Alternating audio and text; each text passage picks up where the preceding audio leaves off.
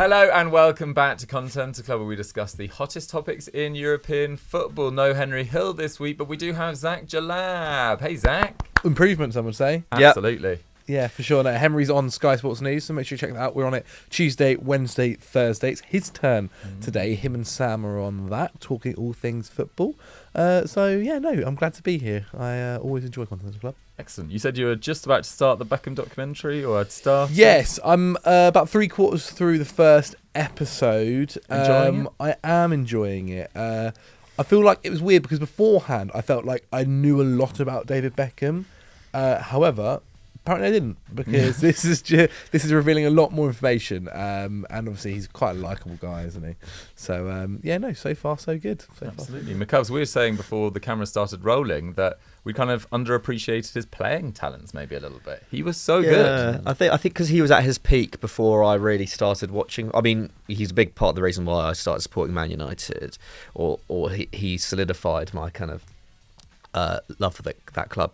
But I never saw him play in real time at his peak, which I think was kind of late 90s, very early 2000s.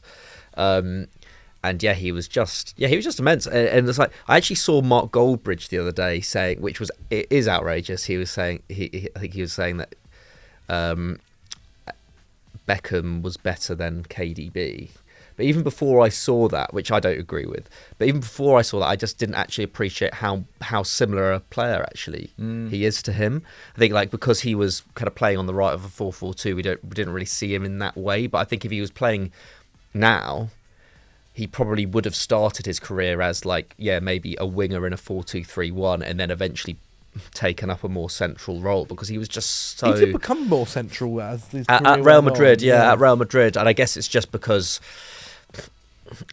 I don't know, we just didn't see football in the same way, I guess, back then, in terms of... and also at Real Madrid, he was, there was also Figo, there was also, a ton of other creative players in that side, or star players in that side.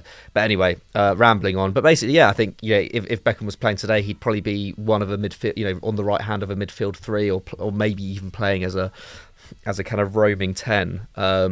His work rate was just immense. Yeah, such a good athlete in terms of it. Yeah, it just didn't stop. Not the quickest necessarily, not as quick as KDB, but definitely with the same vision. And you don't really see players just consistently hit players from wide anymore in the same way. And you know what I found interesting from that first episode is, there's clips of him when he's a kid. Yeah. And he's already got that technique. Yeah, man. Where the arm comes my out. God. And I remember being 10 years old, or even younger, and every free kick, or practicing And I thought that was just how you did it. I was that's just how every player has to do it. Yeah. I don't know whether because it's my memories of Beckham playing are much of his later career, and so when you look at him and just I don't know, Ward-Prowse is definitely to the level, but there aren't many players that could put that ball into the box or free kick like he could.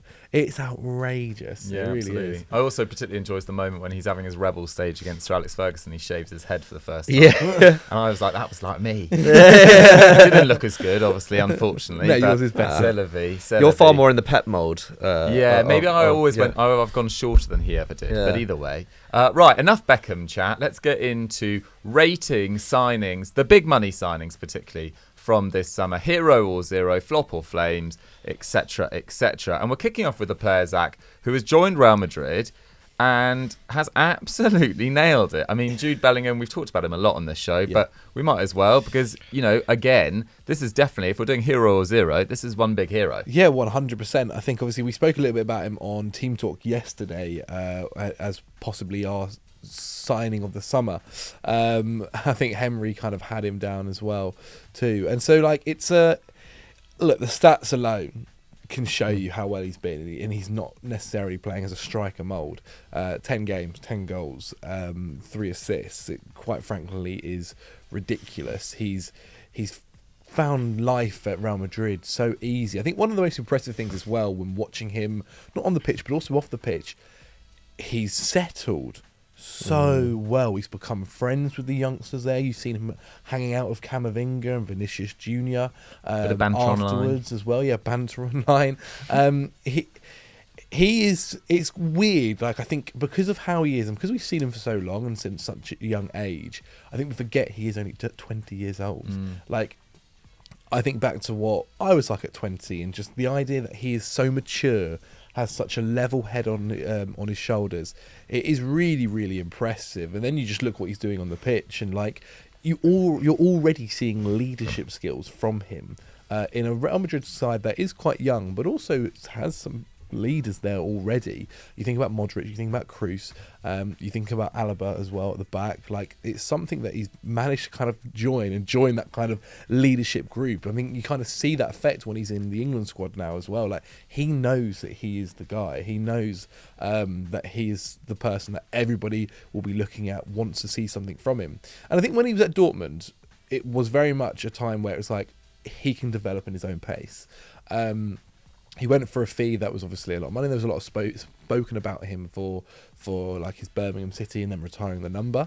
But now he's gone to Real Madrid for a huge fee, a fee that can be upwards of 100 million, I think, after add-ons and so on and so forth. And he has that added pressure. He has the added pressure of playing for Real Madrid, one of the toughest fan bases and one of the most supported clubs in the entire world. And he's just smashing it, like he really, really is. It's hard to say new things about him when we're basically talking about him every single week. There's a stat here which kind of shows how well he's doing. Zinedine Zidane, in his first full season for Real Madrid, played 49 games and only got 12 goals. He also got 15 assists as well. But Bellingham could be catching up to that pretty quickly. It's very, very impressive. And obviously, we mentioned about he's got 10 goals. He's got that from 4 XG.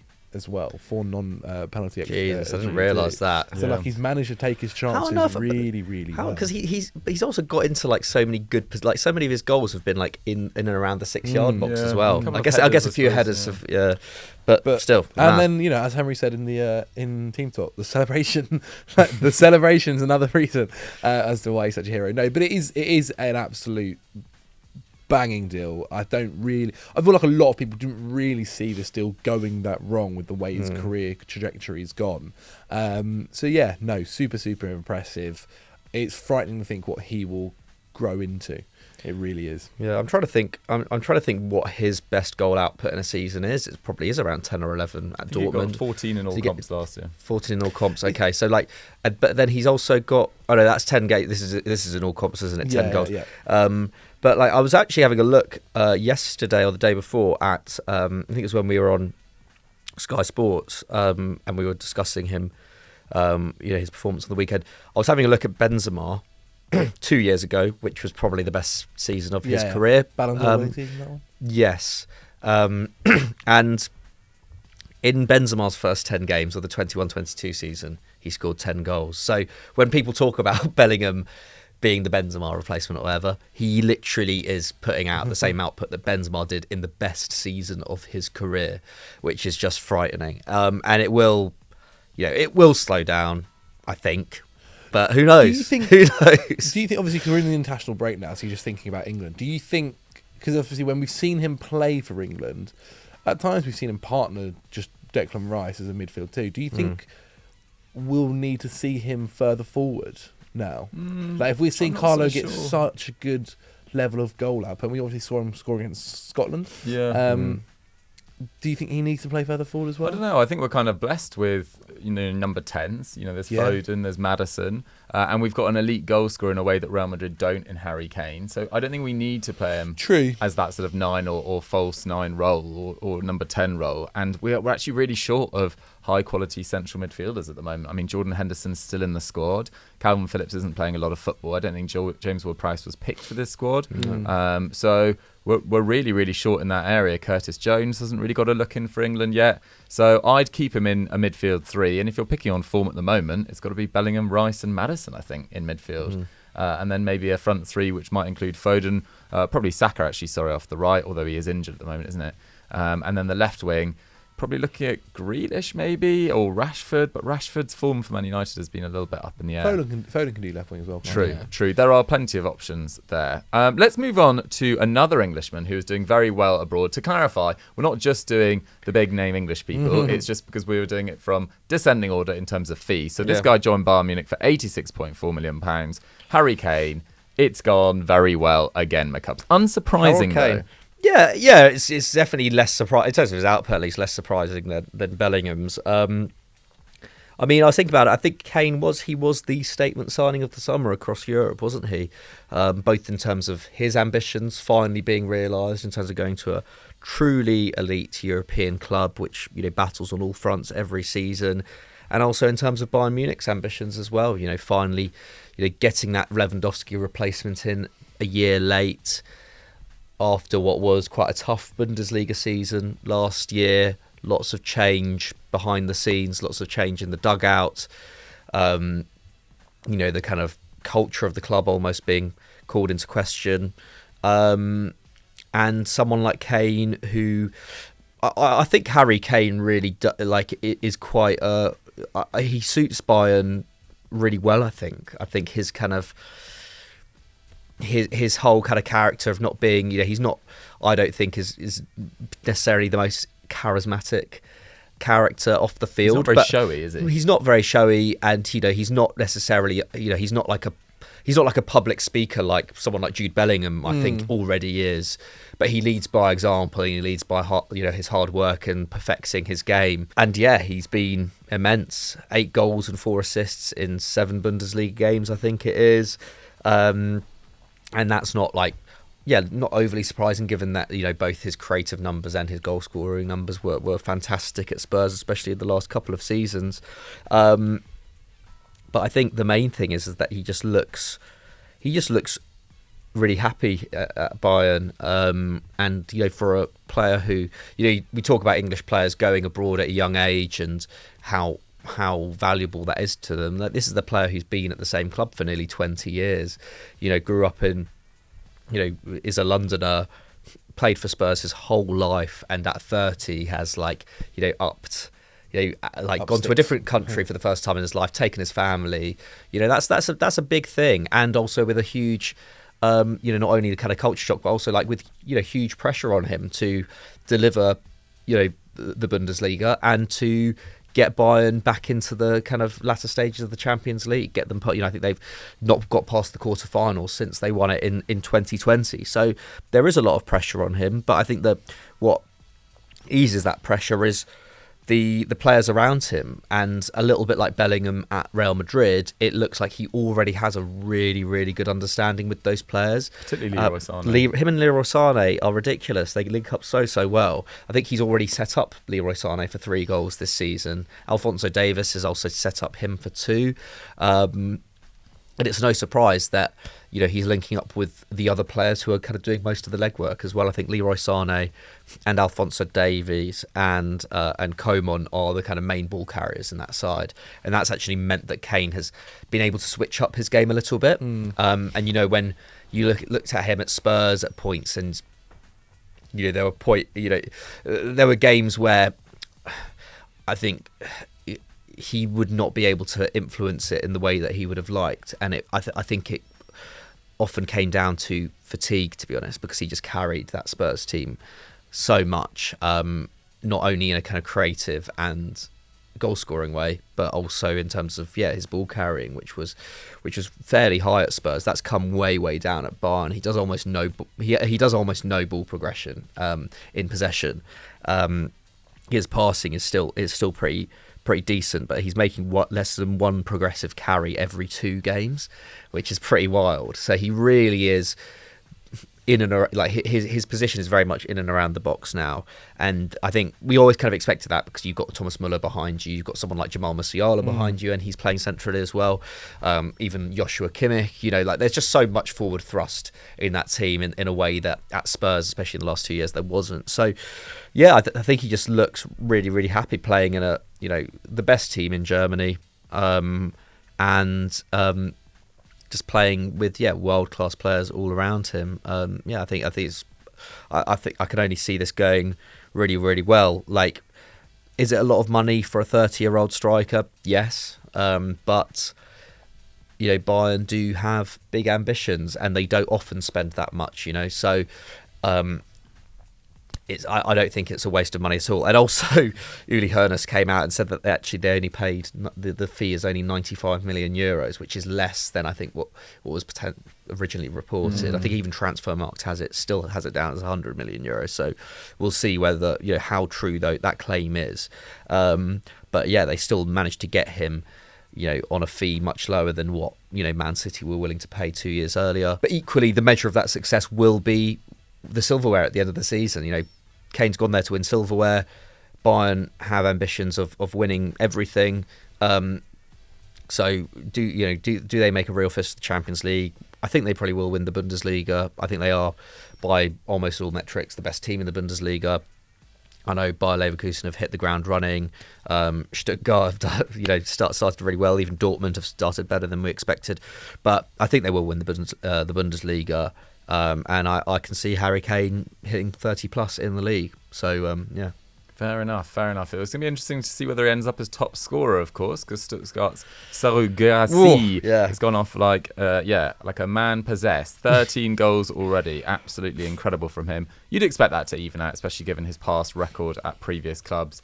But still, excellent work from him. Right, let's talk about the first of many transfers to PSG. We're going to do the PSG ones a little bit quicker because they were dominant in this summer. 30 new players joined, but the most expensive was Randal Kolo Muani from Eintracht Frankfurt. He joined on deadline day, so he hasn't had a long time to get settled. But in terms of his 1 year at Frankfurt, absolutely excellent. But you've got to remember that prior to that, he was at Nantes and was pretty good for 2-3 years at Nantes, but wasn't long ago that he was playing in the French third tier with Boulogne. But responded to that sort of setback with this move to Frankfurt and was absolutely superb last year. 15 goals and 11 assists in 32 league games, absolutely sensational. And in a year where there wasn't actually that many top performers in the Bundesliga last year, he really did grab a lot of attention. And in terms of his move to PSG, he's done pretty well so far. 2 goals and 2 assists, both in Liga, in 6 League and Champions League games. Because he joined so late on deadline day, it is still early days. And he is competing with Gonzalo Ramos, who obviously has ambitions to be the number 9 there too. So that's going to be an intriguing battle. The good thing about Kolo Muani is I think it kind of covers PSG a little bit for next summer if Mbappe leaves as well, because he is comfortable playing out wide. It gives them another option there. The blot against his copybook so far, if there is one, is that he's been pretty ineffective so far in the Champions League. He's played 137 minutes against Dortmund and Newcastle, just 2 shots and 1 chance created in that time, completed just a third of his dribbles. And ultimately, as with most PSG players, you are judged by your performances in the Champions League. And he needs to get, PSG to the latter stages. They've underperformed in that competition massively since, 2021. Did have an excellent game against Marseille in that 4-0 win in Le Classique, which was really, really impressive. Have a load of this. 3 dribbles, 1 key pass, 2 shots, 1 goal, 1 assist. And in terms of his underlying numbers, it is incredibly impressive so far. 1.19 expected goals and assists per 90. It's super early days, though, and he has been used off the bench. So take those with a pinch of salt. But I think at 24 years old, capable of playing down the middle, capable of scoring goals in a league like the Bundesliga, I see no reason why it won't work in Liga. Does he and Gonzalo Ramos have enough to get them, into the latter stages of the Champions League? We'll find out. I'm not too sure just at the moment, but in terms of how it's gone so far, I don't think he really fits in the hero camp. I don't really think he fits in the zero camp. He's somewhere in the middle. Yeah. Zach, let's move on to another PSG player. Manuel Ugarte came in for £51 million. What have you made of it? Well, I feel like a lot of these PSG players have quite similar, have had quite similar seasons, or the new boys for sure. Obviously, Ugarte was a transfer that happened quite early in the window. Obviously, we saw him linked to Chelsea for a long time as well. That was kind of at one point felt like it was done that he was going to be coming to London. And in the end, PSG made the move and brought him to Paris. And it's very similar to Muani in terms of he's had games like the Marseille game where he was a defensive monster. I think in general he's averaging quite a lot of tackles, interception. I think he's averaging 5.4 a game, which is very good. Against Marseille, 13 tackles and interceptions. Unreal. Kante levels. 4-0 win. It was very, very impressive. And so in the league form, he's been doing pretty well. But Champions League, as you said, is where a lot of these players are judged on, especially where where a lot of their global eyeballs are coming from. And it's not been going so good. Bad game against Newcastle. A very bad game against Newcastle. Got hooked as well at about the 60th minute. No player has been dribbled past more than Ugarte in the Champions League this season. It's been dribbled past 7 times. Against Newcastle alone, he failed to win a single of his 9 duels and completed 0 long passes as well. Yeah, I think in terms of league form, it's been going fine, and it's been doing pretty well, especially in some of the games. Obviously, in the derby, was a huge factor in that defensive performance. I think what he has allowed is obviously we've been speaking about wonder kids and youngsters, and Zaire Emery is somebody that's obviously been spoken about loads. I actually think he's been allowed to thrive because Ugarte's been like, you go forward, you do what you got to do, and I'll do this defensive work. And that's what he's always been known as a defensive monster.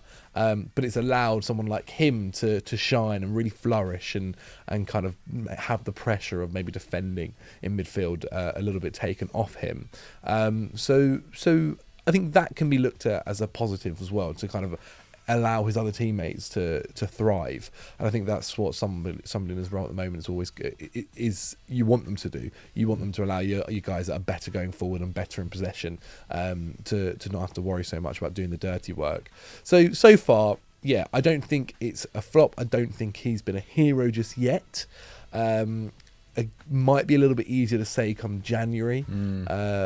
It's interesting. Like, he's only 20 years old as well. Like, he's still incredibly young. I think sometimes you now look at footballers at 22 and you think like they should be starting week in, week out and win the Champions League. In fact, he is doing that. Is really impressive. Like, that's a really impressive feat to reach so soon.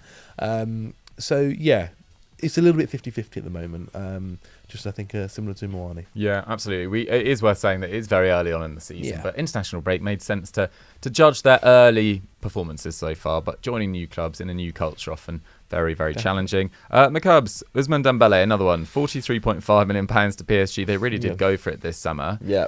Statistics in terms of goals and assists, not so good. But actually, if you look at his raw numbers, as with Dembele often, they're quite promising. Very promising. I actually don't really know what more he can do. Like, I think he's had a really good start to the season, and I think he's taken a lot of flack in the French press, as any big money signing, I think, at PSG probably does if they're not producing on the goals. And I think with Ousmane Dembele as well, you need to remember, I've seen plenty of games throughout his career where his finishing just isn't quite there. He does all the work in the build-up and just doesn't, falls at the final hurdle. But that's not really, he's never really been a natural goal scorer. Like, he's always been an incredible creator and a world-class dribbler. And so far, he's delivering on both those fronts. He's creating over 4 chances a game. That is KDB levels. He's also super important in build-up. I think 6.9 progressive passes is among the best at the club. He's also top in Europe's top 5 leagues for progressive carries on 10.7. For context, Jeremy Doku at Man City is second on 9.7. So he's really far and away like PSG's, ball carrier.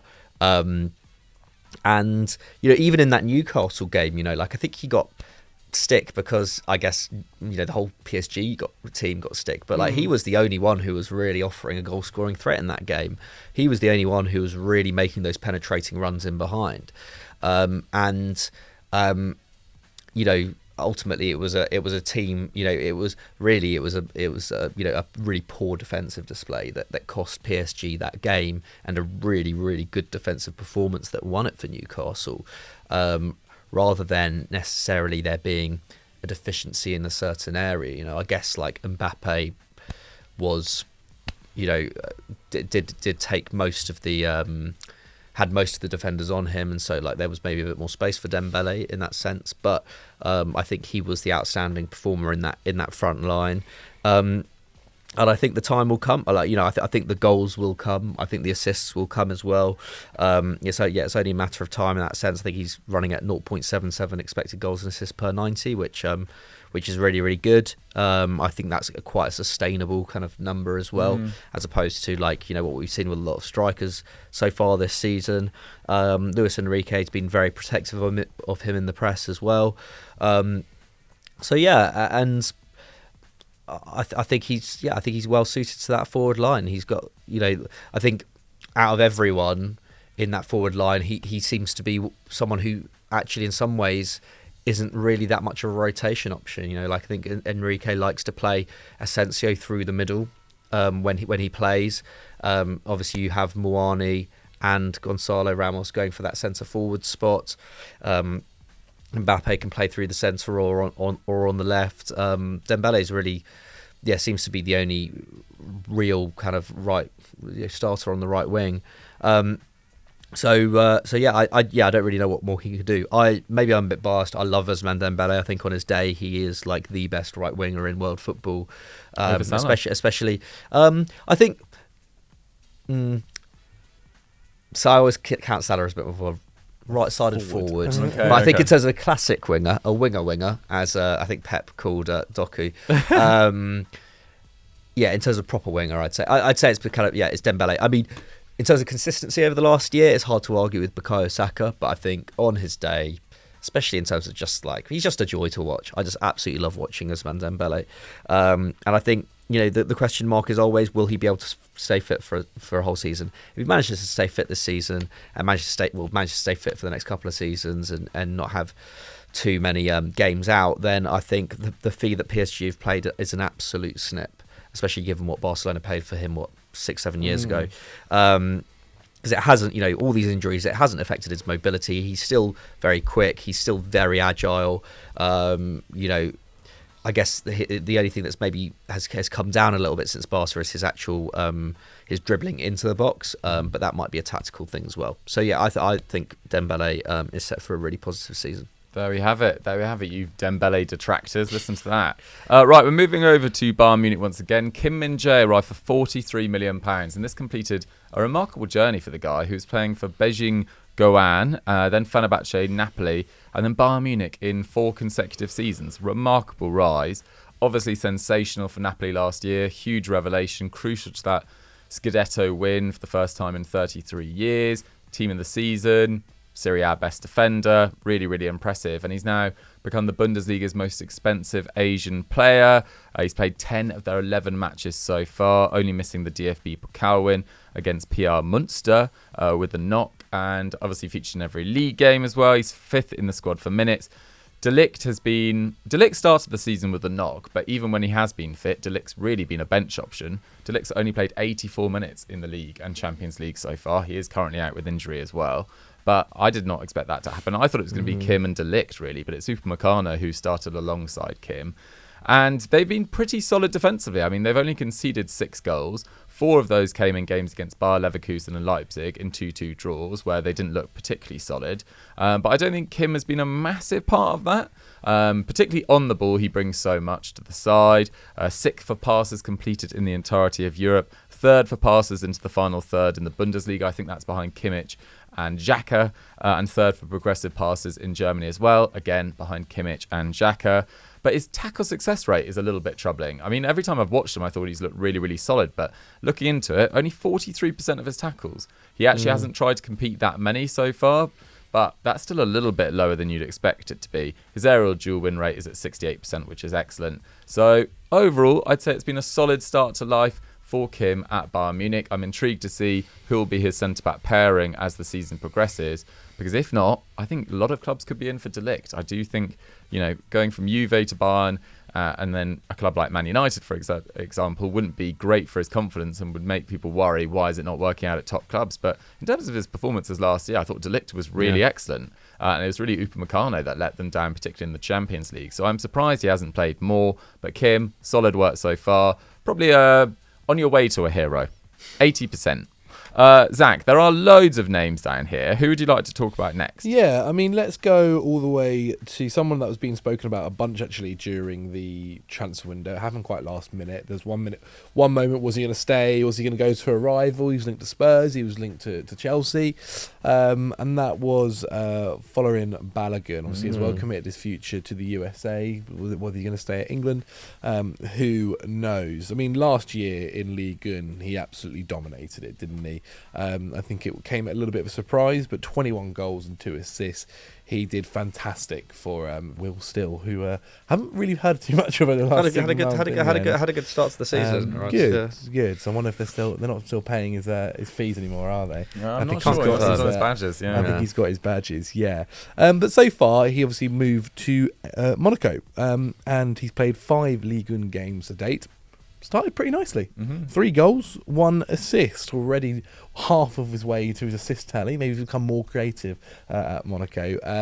But yeah, no, things have worked out pretty well. I mean, he came off the bench in a 24-minute cameo versus Lorient in the second game. But since then, started every single match. I think it was just getting used to the side. And that's normally what you do with a new signing. You don't start 100% straight away.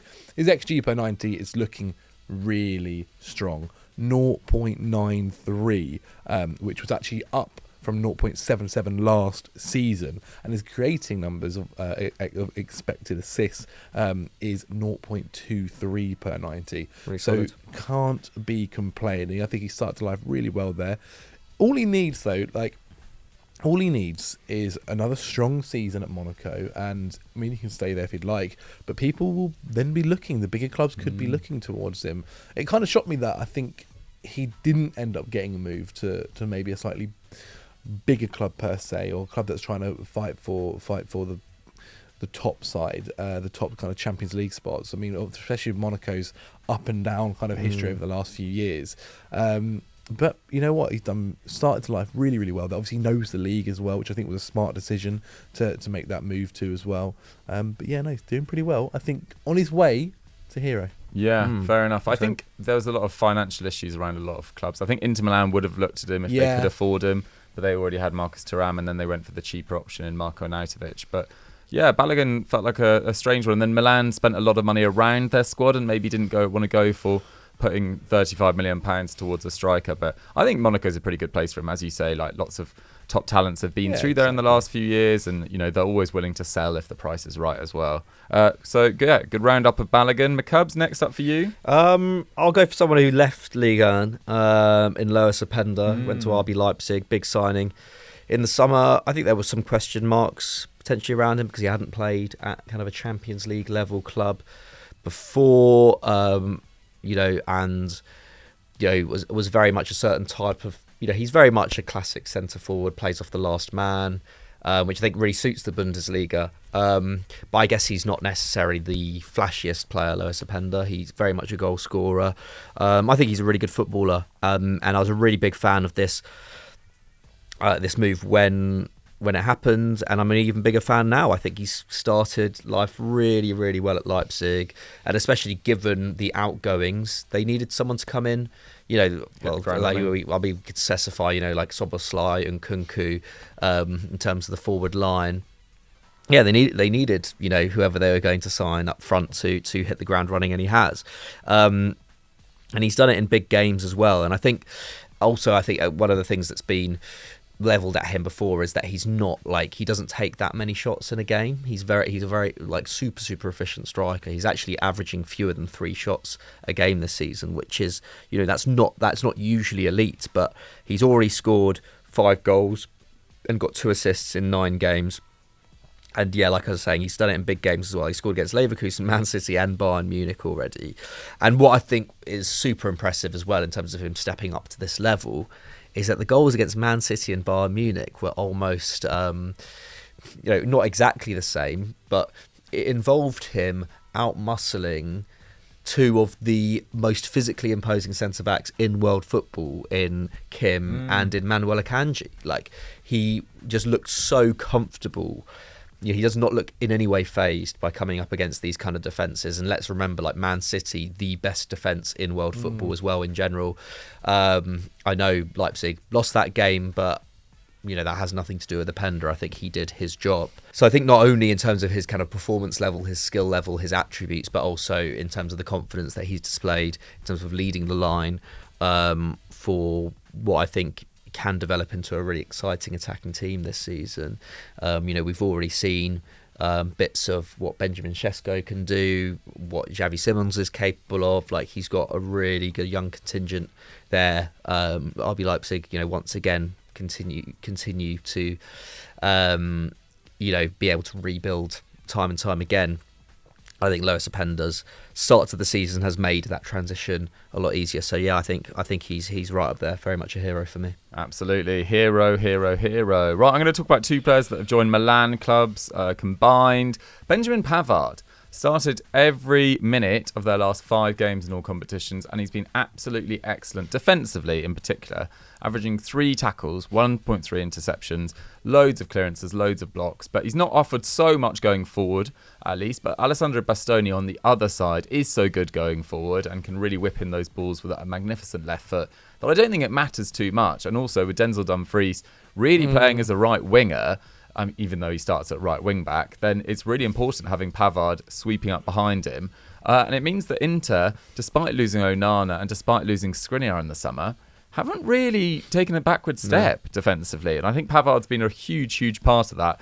Also won 89% of his aerial duels. For context, around 65, 70 is really solid. I think Pavard would have been amazing for Man United. But anyway, he's at Inter, and yeah, all the benefit for the Nerazzurri. I think he's been absolutely brilliant. Someone who's been a little bit more disappointing is Samuel Chukwueze at Milan. Came in for £24 million. I was really excited about this signing because I loved his work at Villarreal, shone in that Champions League run when they made the semi-finals, won a Europa League there, was just a real danger on the counter-attack and had that sort of one-on-one ability that could unlock sitting defences as well. But despite featuring in 10 of their 11 games so far for Milan in all competitions, admittedly a lot from the bench, 0 goals and 0 assists, and he hasn't really won Pioli's trust yet in a way that Okafor has in some games played. Pulisic certainly has. Dejani Reinders has really gone in. Loftus-Cheek was playing regularly before getting injured. So even Yunus Musa's played more minutes than him, I think. So Chukwueze, it's not been a smooth adaptation so far.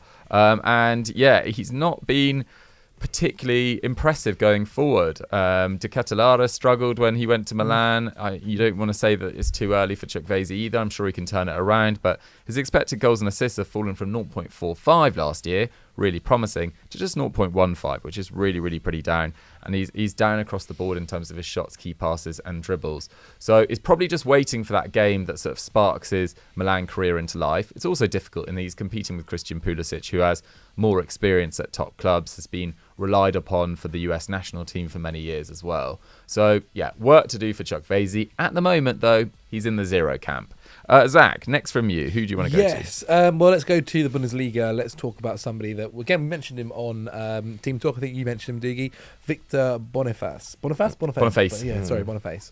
Wow, I mean, one of the most unexpected best signings of the window, that's for sure. Definitely a hero. 9 goals in 10 games since joining Bayer Leverkusen. Bayer Leverkusen in general just look very good. Xabi Alonso is doing a fantastic job. That's been spoken about numerous times now. He's got 7 goals and 2 assists in just 7 league games. Only 5 players across Europe have more than him. He's really smashing it. He's just found life in the Bundesliga really enjoyable. It's worked for him. I think the way the Bundesliga is played suits his style of play too fantastically well. His numbers are also really impressive. 6.6 shots per 90. Outrageous, He's leading Europe.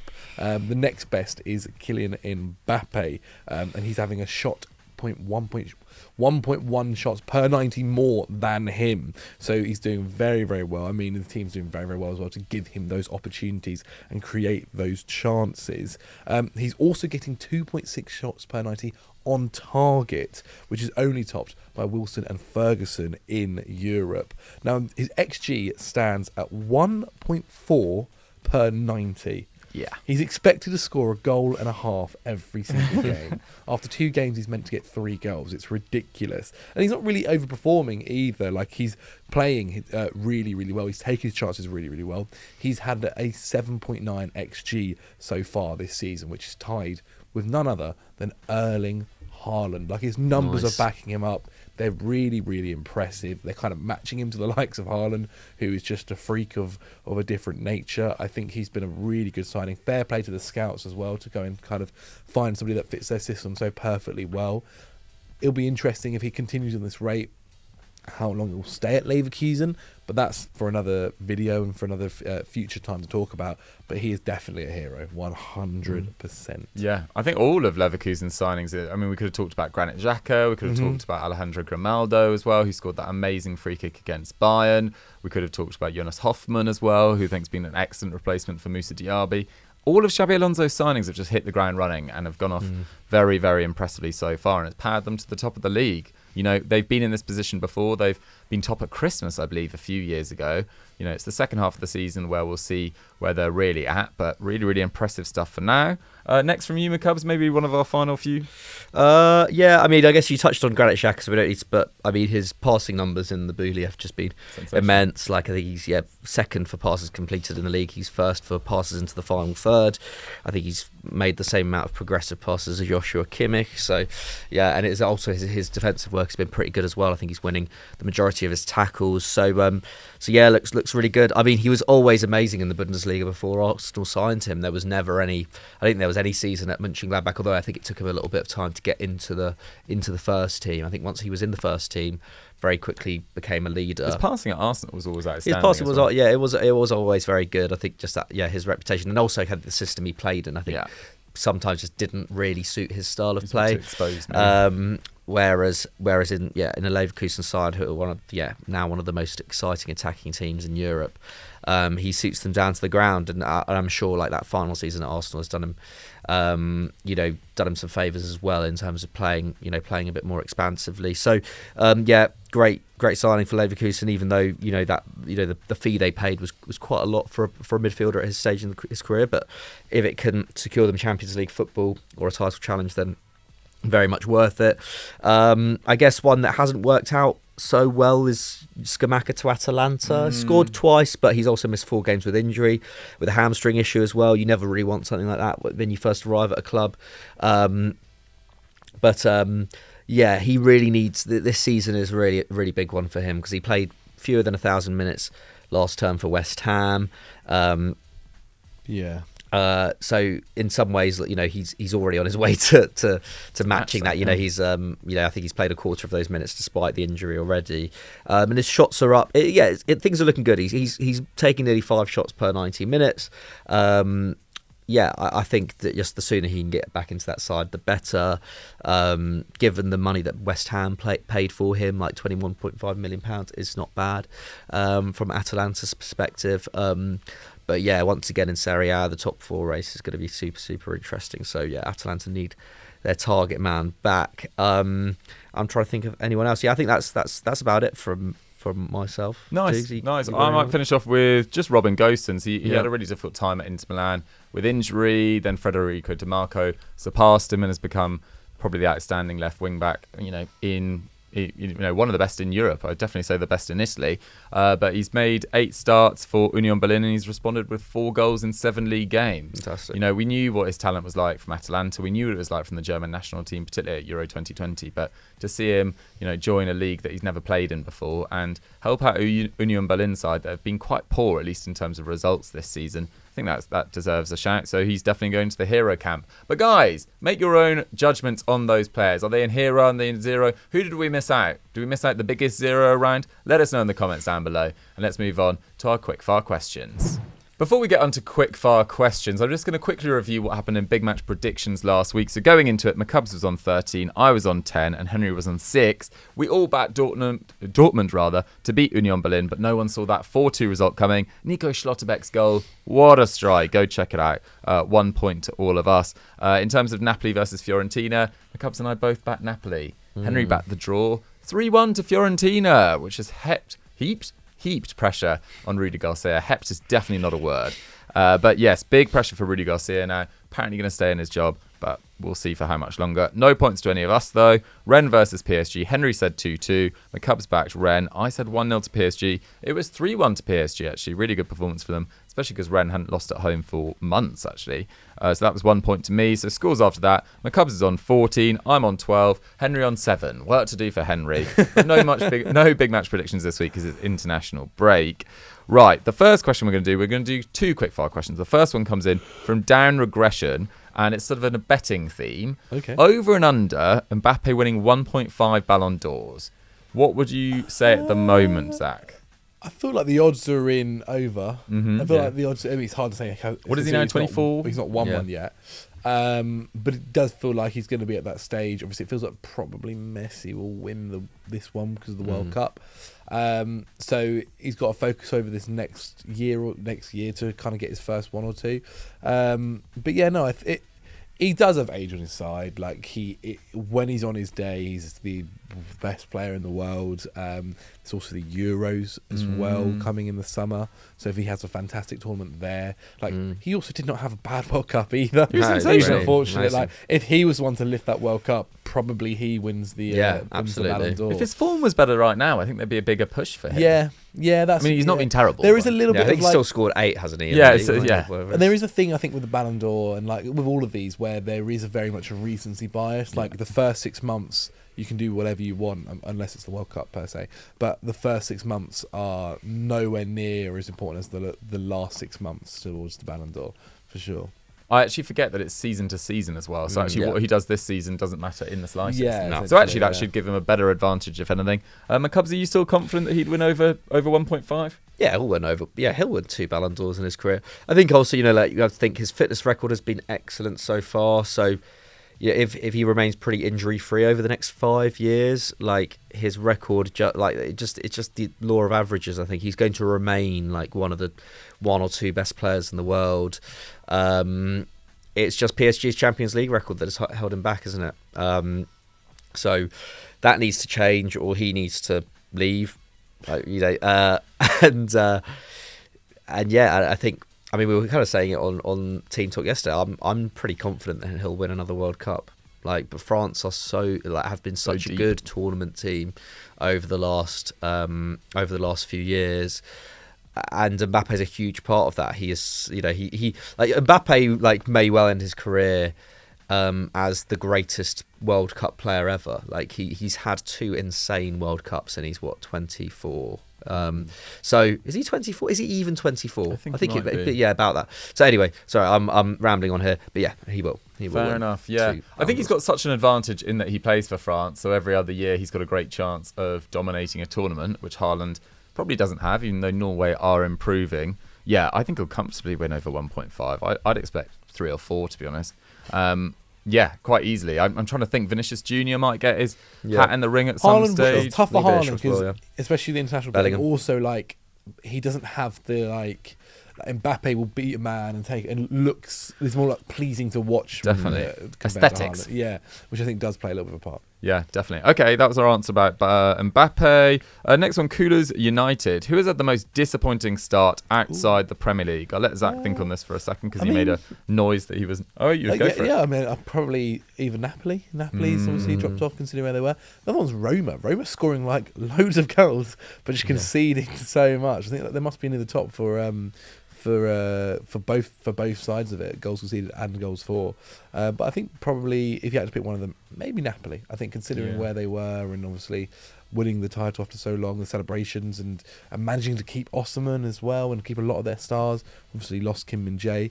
That was the only one. But I don't think anybody expected them to drop off as much as they have really this season. Especially there, I mean, Aurelio De Laurentiis came out this week and said Rudi Garcia no longer knows Italian football, which is crazy considering you hired him a few months ago.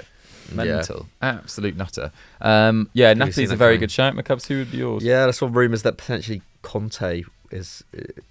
What a strange tactical fit that is. What's happened at Napoli, man. I mean, it is kind of... Yeah, I mean, it's not totally unexpected because it is Napoli. It's a volatile club, always has been. But... yeah, it's just a shame, isn't it? It's just a shame that Spalletti left and it's kind of become like this.